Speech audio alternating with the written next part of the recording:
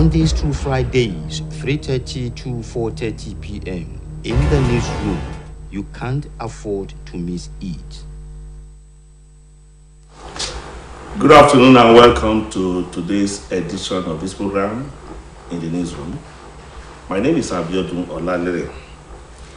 About 60 convictions for electoral offences have been secured by the Independent National Electoral Commission (INEC) since 2015, from over 125 cases filed by the Commission.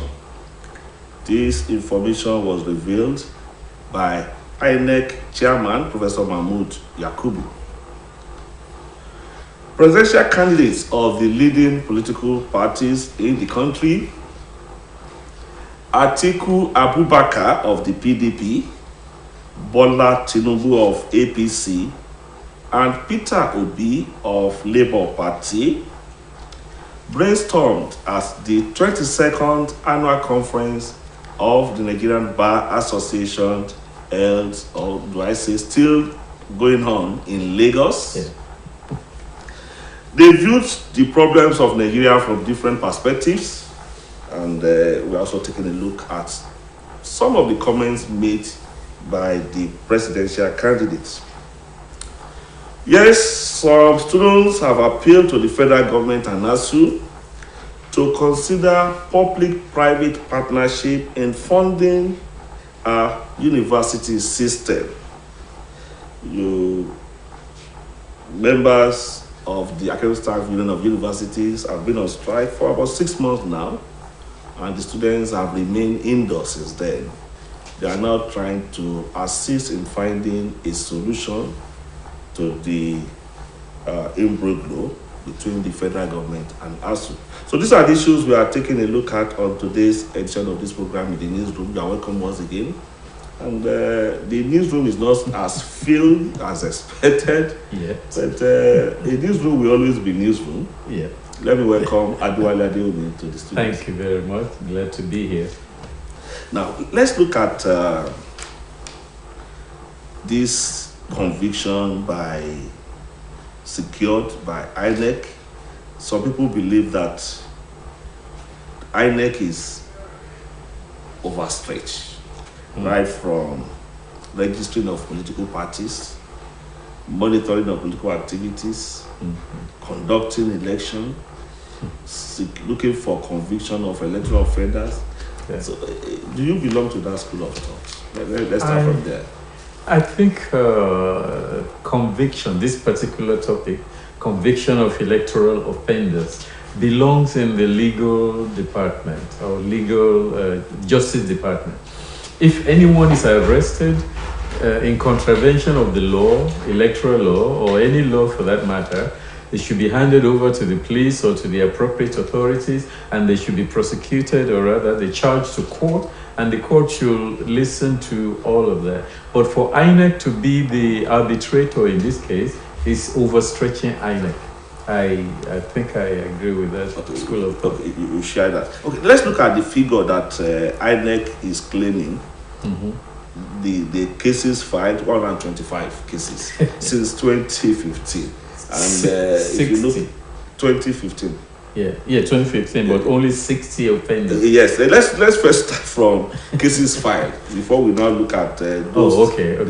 How many cases were filed? 125 cases. 125 cases. Yes, if you look at the level of electoral offences that our politicians all over the country and the talks. The opposition, the whatever, I don't know how to categorize them now. If you look at the number of, if you recall what happened in Kogi State some years back, except of recent, the case of Kogi State, Ekiti State, and Imo, where elections appear to be peaceful. But let's remove those three. Let's look at the ones we have had before those three. Well, would you say those cases filed are at tandem with the number of violence that were recorded? It's not truly representative of the number of violence.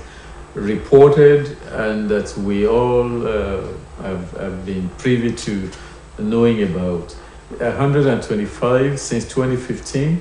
In 1 year alone, I think in 2015, there were incidents of electoral law violation, poll snatching, violence at the polls, during the primaries or during the general election, all kinds of violations that were reported in the news. But to be saying now that only 125 arrested or cases filed, that's underperforming, and that's why I said the violation should be handed over to and handled by the Justice Department, the Legal Department, the Law Enforcement Department, and all. Law enforcement entails all laws, not just criminal law, but any law that is violated. So police should prosecute and send to the Justice Department. No. This time around, the police, in fact, the INEC chairman is opposed to the involvement of the Office of the Attorney General of the Federation, because many people will think that, of course, whoever occupies that office is an appointee of a politician. So they are now talking of Electoral Offences Commission. Okay. And that commission, taking it away from the police. Of course, the police will always be involved at every point in time. Of course, but we know that it will be the responsibility of the commission to do the job, not actually the police. Yeah. Do you see the commission as being able to ensure that electoral offenders are actually punished? That will depend on what kind of powers the Electoral Commission is given or is allowed to have. If it's another paper tiger kind of commission, they will sit down and they will listen to both sides or all sides, and then they will make their decisions. And is their decision going to be enforceable? And is the policy going to be all binding on all parties concerned or involved? Those are the things that we need to be aware or be sure of before we can say the commission will be effective or not effective. Will the federal government allow the commission to operate without interference? I don't know. I'm not pointing at any. Now, as a Nigerian now, yes, what will you expect from the commission? The Electoral Offences Commission. How will you want it to look like? Oh, well, I want it to look like a commission that is empowered to deal with electoral offenses, deal with vote buying, which is an offense, deal with violence at the polls, deal with doctoring the electoral papers, the report sheets and all that. I'm looking forward, or I hope that it will have all the power to deal with all electoral offenses, not just a few, or not just those that involve the opponents of whoever the incumbent is. It should be all encompassing. Are you doubting that the Electoral Offences Commission may not be able to exercise its responsibility as a Yes, I have my doubts, because when they are appointed, who does the appointment? Who selects who the members are? Where do they come from? What political affiliation do they have? And you cannot divorce the fact that the incumbent or whoever is the administration will have a hand in selecting the members of the commission. Okay, coming from that background, who appointed INEC chairman? And of course, all the commissioners. Well, it's the president. Will you say INEC is not as independent as the name? Well, from what we have been witnessing for the past 2 or 3, 4, 5 or 6 elections, then we can't say INEC is completely independent. If INEC is independent, INEC will set its own date, and INEC will enforce and carry out its activities. The 2015 election, where the incumbent lost, will you say the INEC was not independent? INEC was not independent enough, even in 2015 when the incumbent lost. The incumbent couldn't have its way because it faced a very stiff opposition. the kind that it has not faced before. You know, that was the first time of the new APC. And so everybody came on board and nobody wanted to violate anything because the incumbent don't want to be criticized. So the independence of INEC needs to be guaranteed and allowed to take its course, allowed to work before we can say INEC is completely independent. And you are using the same measure for this Electoral Offences Commission. Okay, exactly. If this Offences Commission will be allowed to do its work. Allowed by who? Allowed by the powers that be. I was listening to somebody yesterday, or was it today? Yeah, today I was listening to somebody yesterday said when they arrest somebody in law enforcement, I was just overhearing them. When they arrest somebody or do say, the phone will begin to ring from the powers up, from somewhere. Oh, that person you arrested is our person, is our minor, is our whatever. All of that is still going on, and as long as that continues to happen, we cannot have an independent INEC or electoral commission that is free of influence from outside forces. We cannot. So some people say that is the Nigerian problem. But are you saying we can't move away from this problem? We can move away from it. The will is what is questionable. Is the will there to move away from influence peddling, even in this kind of electoral commission thing? Is the will there? Somebody will always try to override. But we have some judges that are incorruptible. Some judges that are incorruptible, but how many of them? Is there enough of them to go around? And are there going to be enough of them that they'll be so incorruptible as to not yield to any influence, even pleading by their own relatives? And also, Omoreni is your relative or is your brother's son. But don't you think Nigeria is advancing to a level where it may be difficult for the powers that be, as you have observed, to be able to influence things easily? Yeah, it will take 2 or 3 generations before Nigeria arrives at such a level where influence peddling is no longer a thing and it becomes a thing of the past. It will take 2 or 3 generations, because the generation that is in university classes or classrooms right now are the generation that will take over from the present one, and they are not free of influence peddling. So we will have to have our children who are in elementary school now go to law school, graduate from law school, and then come into power before we can be sure that such a thing will become a reality in Nigeria.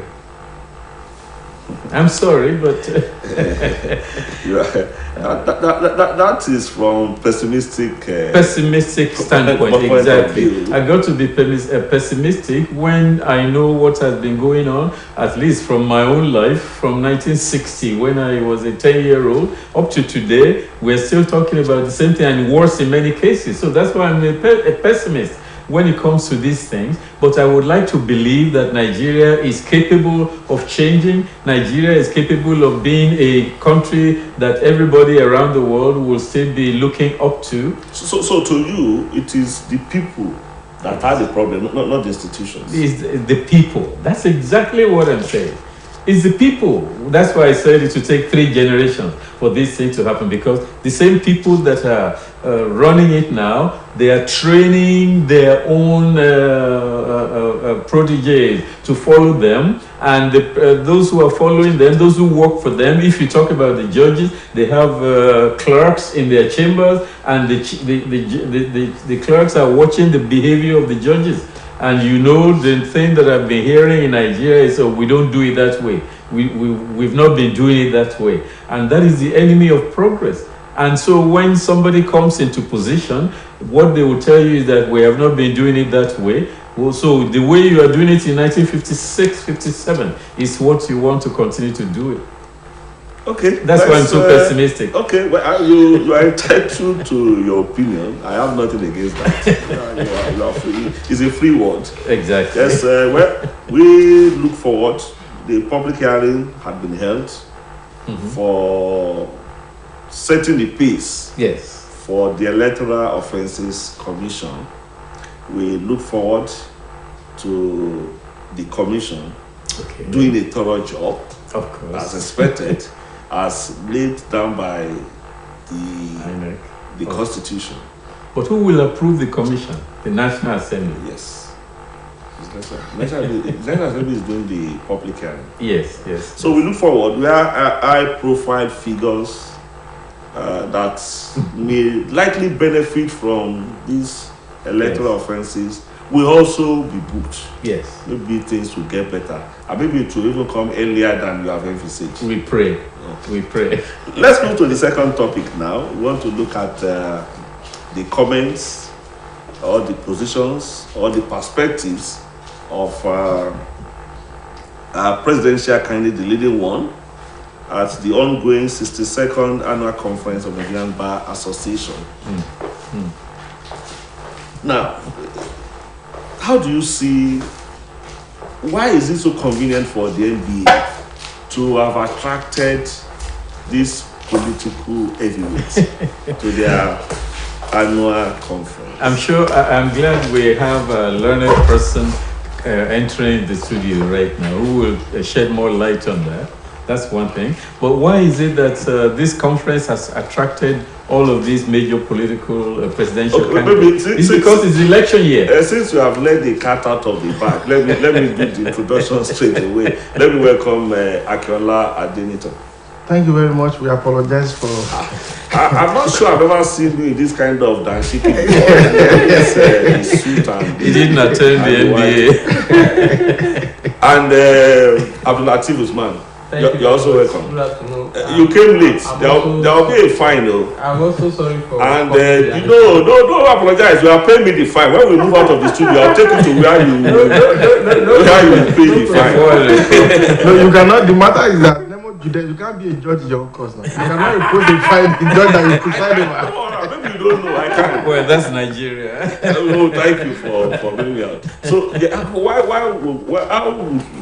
why was it so convenient for the NBA to have attracted this political event? Like I said, it's election year, and this election and looking forward to 2023 is becoming a hot item. Everybody is interested in it. We're looking forward to a change for the better, but then we will expect that the NBA will be involved in that change that we all anticipate. But for the candidates to go to NBA, each one of them is looking for credibility. Each one of them is looking for endorsement. And so if they can say the NBA, when I spoke there, they applauded me. After I left the NBA, they mentioned my name again. They mentioned some of the points I made. Those are things that will help each of the candidates. And that is why this year's conference attracted so many of them, because the candidates are looking for endorsements. Looking for endorsements, looking for votes. That's what politicians run after when the elections are. Akiola Adenito, you are welcome once again. Thank you very much. Now, let's look at the speech of Atiku Abubakar. Let's start from him at that conference. Each one of them look at the problems of the nation, and they also attempted to provide solution by their own estimation, which of course is expected. Let's look at Atiku Abubakar of PDP. Let's start from him. Maybe I may not be able to sufficiently discuss their speeches or his speech, because while I did not pay attention to, because as a Nigerian we are bored by beautiful speeches that do not result in anything. So for me, anything that you say that are just rhetorics are mere academic exercise. So whatever article would have said, I think that we have heard that has been said. Okay, I heard that he's talking about power. And he mentioned devolution of power. Devolution of power. But he was vice president for 8 years. Power was not devolved. Exactly. What effort did he make to devolve power? He was in charge of privatization, and look at where the privatization took us to. He was there who led the process of privatizing the power sector. What is the result? So what magic? But being a vice president. No, it was a vice. But he was a vice. I agree. He was not the president, and the constitution did not give him express power. But it was part of the system, and can he exonerate himself from both achievement and liability of the system. And not even that, we all knew that he was a very powerful vice president, that the president considered a lot of things into. In fact, he was in charge of the privatization of the major assets of Nigeria. So what was the result of that privatization? That's how to start. Because if we talk about it's going to lead the process of devolving power. But even for me, it's even also funny because a president cannot arrogate to himself the power to devolve. Or the power to decentralize. He said it was going to be a systematic. I think he cannot even arrogate it to himself because by provision of Section 4 of the Constitution, it says that the National Assembly has power to make law for the good governance of Nigeria. So if we are going to have power devolution, restructuring, or federally, whichever way, in level language or semantics that we find appropriate, it is the National Assembly that has the power to do so. The president, he cannot be part of his agenda. It can be a manifesto of a party, of his party. Can't it come by way of executive bill? Of executive bill to say devolution of power. Of course, it can come through executive bill. Devolution of power can come through executive bill. No doubt about that. But the truth of the matter is that if you come through executive bill and lead the process, if the National Assembly does not see a reason for it, that will become it's dead on arrival. Except the National Assembly is confused, and that's why I said we can start from. It's better addressed as a political party manifesto rather than the agenda of a president to transform Nigeria. Usman Abdulatif, you have anything to say about that, or you want us to move to Asiwaju Bola Ahmed Tinubu of the APC? Okay, let's move to him. There's no way I will now. Okay. Asiwaju, concerning the NBA conference. Yes. Asiwaju he was represented by his vice president, of the like Barrister Akinlade just said. The NBA, the Nigerian lawyers are the NBA is one of the most foremost professional group in Nigeria, and then it is expected that their conference will attract big wigs.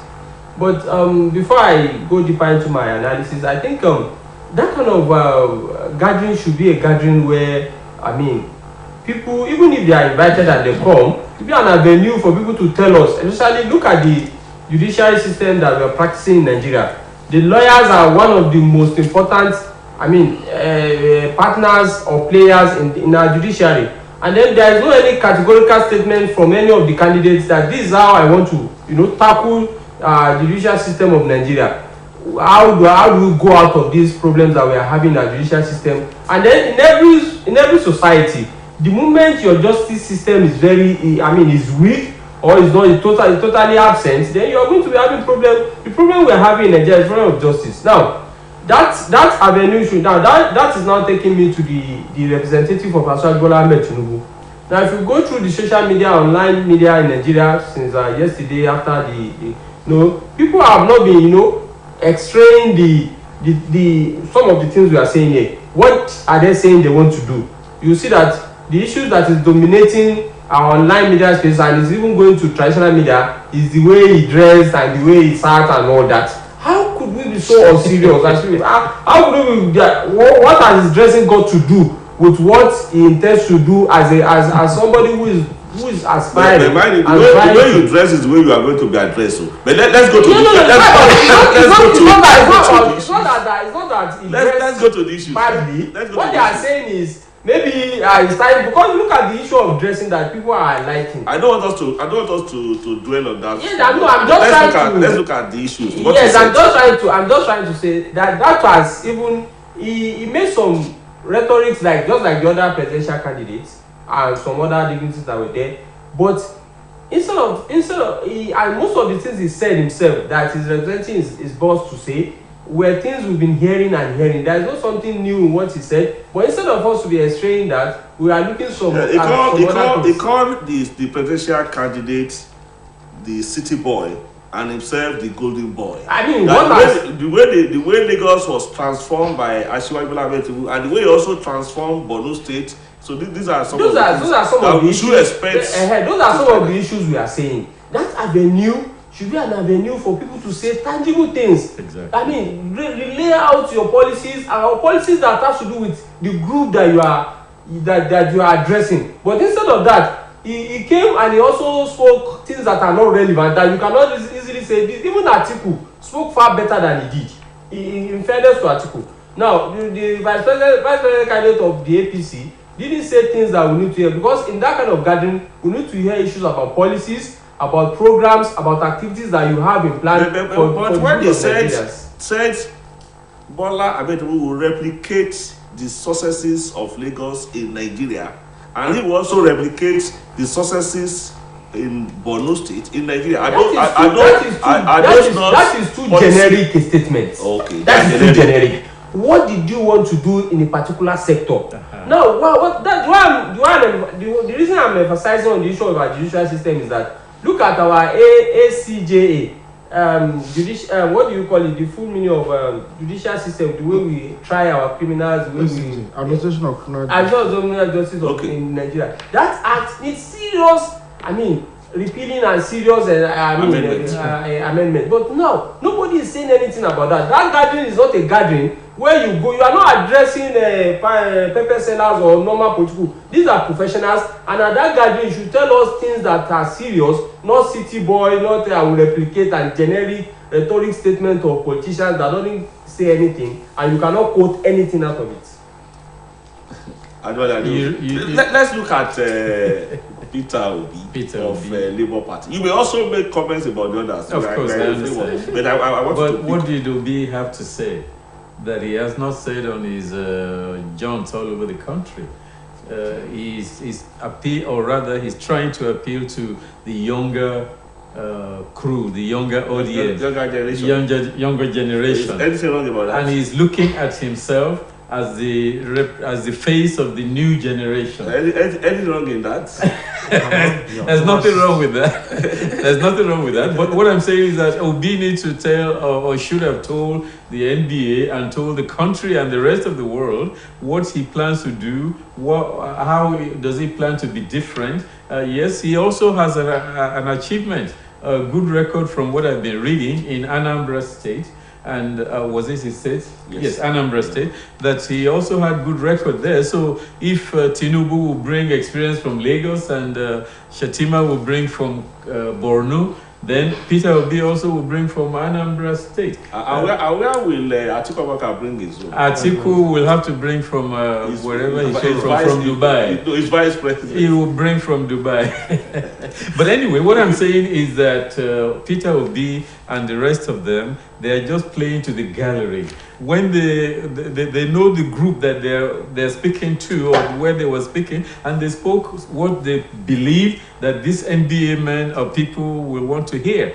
Listen to them when they get on the campaign trail in September. You'll be hearing something, even some of them may contradict themselves from what they have what they have said at the NBA. Have they been contradicting themselves in the past? Everyone has a chance or the ability to contradict him or herself. Everybody does, because you're trying to play to the gallery. You speak to the audience that you are standing in front of at that very moment, so they can contradict themselves. Okay, Akela, don't you expect a politician to play to the gallery? Is that not part of the game? From the word used play to the gallery, I do not think it's necessary to expect that the politician play to the gallery. Like they do tell us in journalism too, that write this truth. Even in public relations, do not embellish, don't tell lie. The people know what you are saying. The people know the truth. Do not try to tell lie. So as a politician, don't tell lie. That is why my respect goes again to the outgoing reg of Professor Abdulgani Raji. He said what he said fulfills. He said politicians should make fulfillable promises. You don't need to go to gallery. It is not the antics, it's not one of the expectations of politicians, it's not the tradition in politics. Except you say it's peculiar to Nigeria. And because they understand that the Nigerian population itself, the Nigerian electorate themselves, do not do something serious. So it's easy to play on our emotion and play to the gallery with our emotion. But in a proper society that have developed to a certain level, where you have conscious and critical individual, there are things you won't say. It's like you go to United States of America and say you are going to bring Iraq to US. I mean, this is a fallacy taken too far. So in Nigeria, most of the problem of the Nigerian politicians is that for me, the easiest countries to govern is in Africa, particularly Nigeria, because here issues are banned. You can talk about road. We have been hearing roads since I was born, and people still talking about road. And I'm sure my children will come back to say they want to tar road. We have been hearing of water. These are basic things. So the Nigerian politicians too know that these are the things. I've heard about subsidy too for a long time. For a long time. So there is nothing special that they are saying. So to play to gallery is not a correct one. It's not playing on the emotion of the people. Say what is. But we know what is the user. Tell us how you will solve it. I think that's exactly what Nigeria wants to. When you tell me now you are going to generate 15,000 megawatts, like Obi has said, it is not also. This is not correct. In Anambra State, why did he not do example to generate 1,000 megawatts first?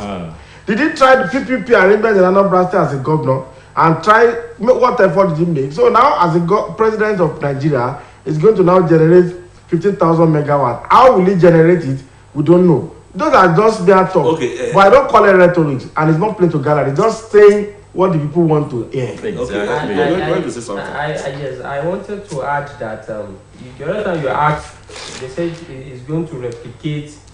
Now that's an avenue for a serious candidate or a serious person that is aspiring to lead serious set of people to say, okay, in the judicial system of government, when I was the governor in my state, I did so to improve the system. Now, coming back to a larger stage, I have this plan, and this plan. Now, none of the people said that. They were just saying, I have plans to replicate. You are replicating what? You want to replicate what? In what sector? Yeah. The problem of Nigeria is not religion, it's not ethnicity, it is having the capacity, the competence. Those are the words of Peter Obi. Yes, I think Peter Obi is he's not playing to the galleries, but I think Peter Obi is overblowing he's taking governance, too simple and too rudiment to the extent that the way he's telling us he's going to do, there are things that we've seen him done some of those things that Anambra said, and he didn't achieve much of these things. So I think he's not playing to the gallery, but to me, he's saying most of the things that are not realistic and they cannot be achieved. Even though I will disagree with you, but I don't want to do that. I don't. Must the person that will occupy the number one seat in Nigeria, must he have occupied a governorship seat or something like this? Can't we have just somebody like you, just from background of or even my brother from the academics? Must you have fulfilled this? How do I describe it? This line of governance before you become a president. It's not necessarily so. These people are just mentioning that to tell us that they have had experience. But they have had experience, but they've never had experience at the national level except for one who was vice president, but not as president. So it does not have to be that a person who will occupy the office of the presidency must have gone through governorship, councillorship, and all of that. A person who is committed, a person who is competent, a person who is intelligent and who is very, very educated in his own field and who knows the country very, very well and understands the mood of the people, not just the mood of the people, but the need of the people. This is the kind of person that will come out and also who is committed to national service. To say not my own personal aggrandizement or personal name or ambition, but to serve the people of Nigeria. That's what we say, to serve the people of Nigeria. Every one of them said they wanted to serve. They said they want to serve, but we're saying that do they have to have been governor? Okay, now, let's look at someone like late Gani Fawaimi. He also attempted to be the president. Do you see people like that, professionals, coming on board without passing through this route that we have earlier? No, it's not. It depends on where you are coming from. Will Nigerians even accept those people? That's another question. The question is that the fundamental, the fulcrum I mean, the sine qua non, which is the constitution that provide the template for who becomes what and what, does not support independent candidacy. The Nigerian constitution provides that you must be sponsored by a political party. Yeah. Now, to get nominated by your political party, the party will have to look at where you are coming from, whether you understand some of these things. Now, that is on the political party side. Now, number two, from previous elections in Nigeria, you have seen that Nigerians do not trust people, they only trust the political parties. Yes. And that is why that people that we are that on the surface of it is competent, is better, they don't win election because they go to a mushroom party, so to speak, with apology. Now, but the people that we assume that how come would this one be? But once you get to a bigger party, so to speak, you see him imagine the candidate of eventually winning elections, whereas better persons in smaller parties don't win elections. So that shows that the political psychology of the average Nigerian is that he does not believe in the competence of individuals that do not emerge on the platform of a particular association. And that's better to say the Yoruba aphorism that Agbajowo Lafin Soya. So people don't see you having such capacity if you don't come from a bigger party. In fact, they would have written you up and say, he's not coming from this, he cannot even win. They would have even concluded that. They would say he will not even have money to pay the agents. No, that's another level. They will tell you that he cannot win election. But the truth of the matter is that individual, but and it's also peculiar to Nigeria. And I'm sure that Pawade can say more about it. In the United States too, no person can just come on board one day and win the presidency of the US. It's a process. And we also know, let us also give to ourselves, talking realistically, life is a process. And you have to learn a lot of things, acquire certain skills to be able to perform certain duty. For example, if you have just been a fantastic lawyer, like Chief Ganifa of Blessed Memory, Senior Advocate of Nigeria, Chief Ganifa my boss, our mentor, was in the courtroom fighting for Nigerian democracy. But that does not mean that he will be able to run Nigeria as a president of Nigeria. Exactly. Because the dynamics of running Nigeria is not the same dynamics of the courtroom, environment. So you need, for example, you don't understand the psychology of the people, the mood of the people.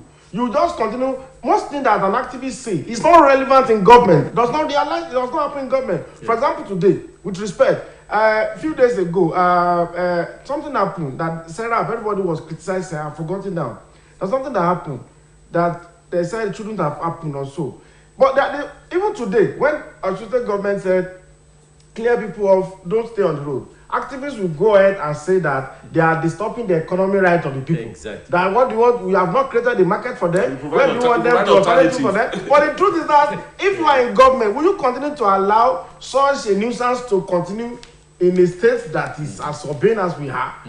But to an activist, he feel like you should not do so. If he come to government with that kind of mindset, he's not going to run a good governance. He will continue to play on the emotion of people, and emotion does not. Even as a father in your home, let's use a home as our macrocosm of government. When you run emotion at home as a father, the family it fails. So you have to be firm, decisive. There many emotion, and that's how you see a good parent who lead, and the children will now say, when we were young, we thought that it was wicked, but now we appreciate you. Okay, for your final take on this. My final take on this is that I think the three presidential candidates that we have for now. The leading three. The leading three. Okay. The leading three. Let me build on the submission of Akinade. You see, they are just the product of the Nigerian system. So you don't expect them to and all over the world, you go, even in China, you have to start from somewhere. But the only problem is that the professionals, as it is now today, you cannot win a chairmanship election if you don't have a local government chairmanship election. If you don't have at least 20-30 million that you can win, and even that 30 million you have to manage. So it means where will a professional, and then that if you now find ourselves in that kind of situation, it means professionals can have good ideas, like you said, but who will sponsor their political expenditure, and then after that, where will a career person start from coming into governance? So I think most of these things have become inherent in our system, and there is no way we can come over it overnight. Okay, we move to the third topic now because of our time. How I wish we continue. So many things still needed to be said, but we just have to move on. Now, some students have appealed to the federal government and NASU to consider public-private partnership in funding our university system. Adeta, do you believe in that? They appeal to ASU to fund. Funding. The federal government announced to consider PP so that, everyone is talking of. Who are those students? Well, with that, Nigeria is just a country of funny people, hypocrisy, and unserious citizen and leadership. The citizen is a reflection of the leadership that we also have. Now, the thing is this. I mean, coming from my own kind of background, I would have want government to do what it says in Section 18 of the Constitution. That government shall, as at when practicable, provide free and qualitative education from primary to tertiary education. That is exactly what some of us would have demanded and would have said that education is a right and not a privilege. However, the government, as we speak today, under the Universal Basic Education Commission law, education is free from primary 1 to GS3. That is basic education. Now, talking about running a tertiary education with PPP arrangement, then it automatically becomes a business venture. A private sector who brings his money into education is going to talk about profit. I understand that there are profit universities exist in Nigeria, public institutions. But in some of those private institutions in Nigeria, there is no way they cannot run a private university that they will run a public university. In a public university, it is the people that owns it. It's not only one man. And whoever is in charge is accountable to the people. And is accountable to running the national policy of education of the country. The private sector, of course, run it like a business and that's to make profit. The reality is this. If some of those people are saying so, it is not difficult now. Today, as we speak, Osun State University is not on strike. Lecturers in Osun State University are not being owed. You know why? Because the Osun State University is able to generate resources to at least meet 60% of its needs, both manpower and emolument, and get little from government and get the rest from government. Where does Osun State University get money? From charging fee from students. And I know that an average student in Osun State University pay about 250,000 thereabout. But go to AU and say somebody should pay 50,000. People will go on street tomorrow and protest. So when you are saying PPP, it is just hypocrisy. The thing is simple. If the students really want it, let us have a student forum somewhere or student and parent forum and write a memo, send it to the federal government to impose fee on those schools. You don't even need private sector. Just allow you to charge 200,000. The university will run very well without needing anybody coming from any businessman to come and take over OAU. Usman, this is your territory.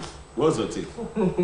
I think it is not realistic, and it is not. And like you said, I think we are so much used to getting things free.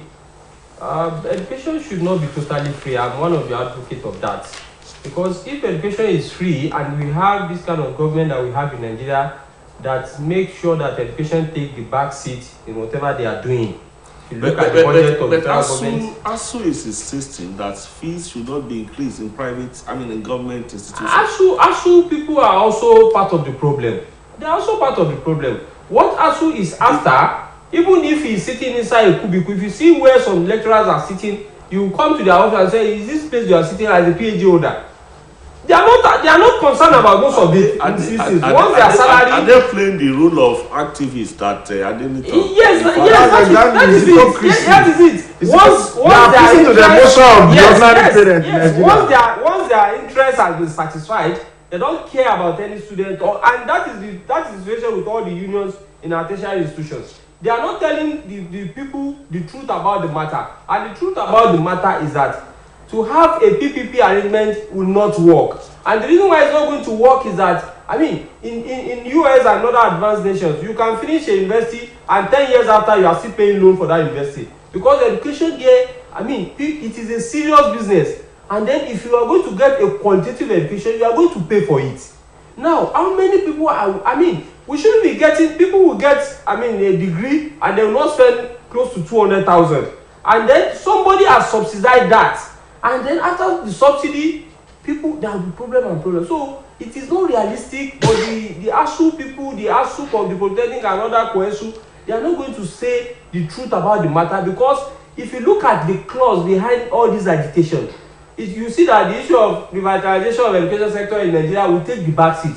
They must have listed about 3 or 4 demands that directly benefit them and their members. Is there anything wrong in that? There's nothing wrong in that. But now, using that as an avenue to now face the public. Are naturally selfish. Yes, to now face the public and then be playing on the emotion of the public is wrong.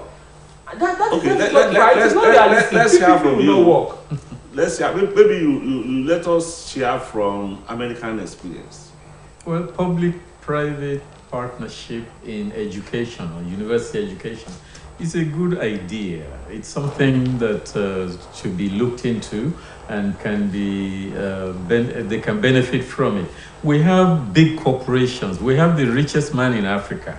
We have all these great men who have resources. Why can't they? Even President Babu said sometimes that there are some Nigerians that are richer than the government. Yes. Why can't they now invest in the universities? And what will make them invest in the universities is not just for them to dump money there and forget it, set it and forget it kind of thing. No. But if Dangote is going to put money into an institution, then that institution must have a research program that is going to come up with something that will benefit what Dangote is doing, whether cement, whether it's petroleum, whether it's other things that he's producing. So that is what will make will make private persons to want to invest in universities, because they know that the long-term benefit for their own company, for their own everything is there. But you can't just dump money in a university and forget it, and then you get nothing from it, but nothing but strike, 6 months strike. Somebody building a teaching hospital for Osun State University. That's an individual. That's an individual, and it's an unusual gesture exactly among Nigerians. And that is the only one, relatively, probably one of the few that we have seen. Yes. We have seen people like Afe Baola building a ward, a neurosurgical ward for University of Ibadan Teaching Hospital. We have seen somebody building Unilag. I donated 3,000 capacity in Unilag and so on. But that's not EU. You see, we are talking. It's not only that those infrastructure. In fact, you don't even need infrastructure to come and do. Philanthropism is also a product of capitalism and exploitation of the people. Yeah. Philanthropism is not genuine. It's just somebody taking from the people and come to do like we are good to them, to clap for you. That is what we are talking about. Holistic, addressing a problem holistically. One of the things that should have been done to Nigerian tertiary education is endowment program. Today in Nigeria university, there is no university in Nigeria that has endowment program. And I know private university in Nigeria that has endowment program. For example, I attended one private university about 5 years ago. I attended the endowment program of that university. Do you know Nigerian politicians, elected senators who are elected, who earn money from the people, who came to donate as much as $300,000, $50 million and so on to support the endowment of that university? And my colleagues that we went together, we took our Bible.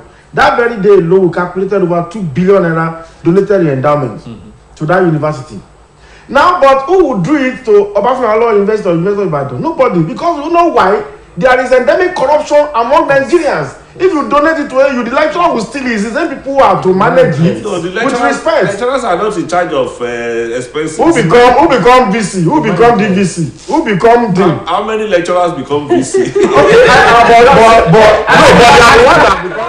And say the management. Okay. But most of lecturers are not in charge of some of them. Most of the management of the university, 70% is from the academics. 70% member of the university management of the senate is from the academics now. The senate determines a lot of things in the school. Apart from the council, the senate is just the major management of the school. 70% of the senate of the university is from the academics. And you know. So the truth of the matter is that they determine which contract get to who and what. Yeah. That is why today, a Nigerian university that has a faculty of engineering still give contract to somebody to come and build toilet, to build drainage. So nobody want to risk it, donate your money as an endowment. But if you have a university that is well run, and you have people who are honest as Nigerians, if we are honest people, you can have people saying, okay, every alumnus of Obafemi University, for example, with respect, will be saying, as small as I am, say I'll donate 10,000 for the university into the endowment fund. If you have alumnus donating 10,000 per alumnus per year into the endowment of the university, do you know what the university will generate in a year? From that endowment fund, if you say somebody is an indigent person, cannot pay school fees of 200,000, you grant the person a loan of about 1 million naira for 4 years or 5 years. It shows that person will pay, but grant Nigeria a loan, he will run away, he will not even pay the loan. So this is the problem. Is not only government alone. The man you give endowment fund to will take the money and run away. Some of us are advocating that investor education should be free. I've forgotten that we are not in a socialist economy, and a capitalist economy is a free trade economy. So you cannot have an education that is absolutely free.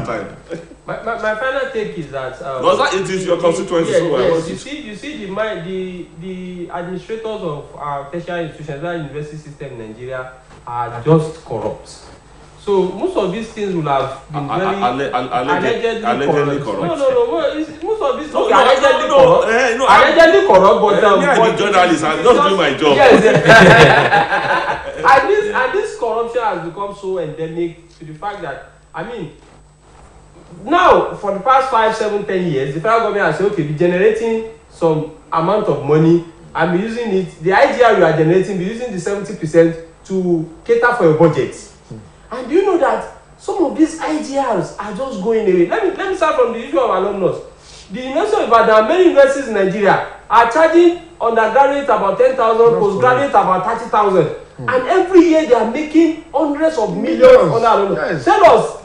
Tell UI to mention one project every year that is done by alumnus money. I'm talking about the alleged corruption in them. So a kind of a set of people that are coming to government to hold government by jugular. At the end of the day, you build a searchlight on us, and you realize that we are as corrupt and more corrupt than the people we are saying they are corrupt. A university that cannot run pure water, that cannot run water factory successfully, and they are the people shouting government. Okay. Lecturer, they are in charge of all the venture. They cannot run anything well. We won't be able to go further than this. We can do justice. Yes, another endless topic. The main thing is that corruption is everywhere. It's everywhere. Just like someone said that corruption is fighting Nigeria now. Not Nigeria fighting corruption. It is Nigeria that have the corruption themselves. Corruption personified. So I don't know. We came in late. That was why I couldn't be part of the INEC calling for electoral offense commission. We don't need it. We have everything in Nigeria. You have only one ministry in Nigeria has over 20 agencies. Doing what? Okay. All we need is truth. Police is enough to prosecute anybody. Another live program will be. You don't need all this commission. So let me thank Adewale Adeomi. Thank you very much. And Akinla Adenito. Thank you. I've enjoyed in my own case in this instance. It's one of Latif. Thank you very much. We will pay the fine. My name is Abiodun Lalide. We'll see some other time. Bye bye.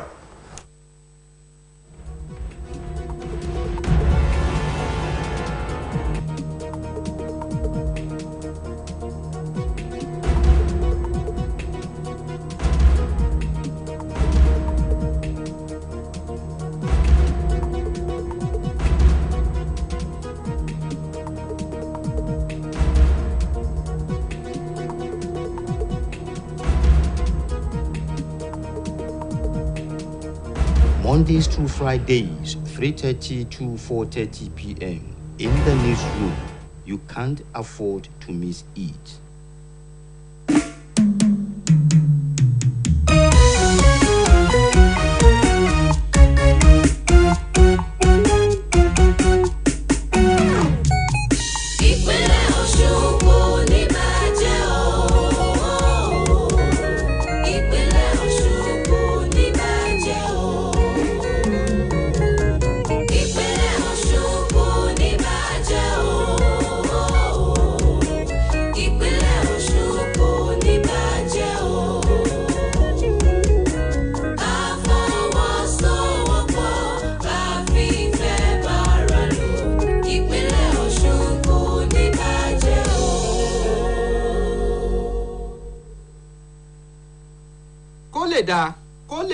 kó lè dá àgbérédé ọmọdé ẹ̀yà wá ṣeré agbádùndé ọmọdé àgbààgbà ẹ̀yà wá jadùn àgbétòdé gbogbo ènìyàn ẹ̀yà wá fetígbéyàwó ọ̀rọ̀ ṣe bí igbá tó tó gba ló ń ṣe báàlì àgbọn mi kọ̀ǹkọ̀ tó tó kọ̀ǹkọ̀ ló ń ṣe báàlì odò bẹ́ẹ̀ ni ètò tó tètò ní jẹ́ ọba ètò bàbá ń sọ̀rọ̀ nípa ètò lórí tẹlifíṣàn ìpínlẹ̀ Ọ̀ṣun ọ̀kan gbòógì ni ètò kó lè dájẹ́ eléyìí tó máa ń wáyé ní gbogbo ọjọ́ ìsinmi ní déédéé aago 7:30 sí 9 òwúrọ̀ ẹ kúkú mọ̀ pé àfín ò ní wọjà kí gbojú ọmọ mọ̀ ètò kó lè dá lètò tó ń taná wo ohun tó ń ṣẹlẹ̀ láwùjọ wa bí ọ̀rọ̀ òṣèlú ètò ẹ̀kọ́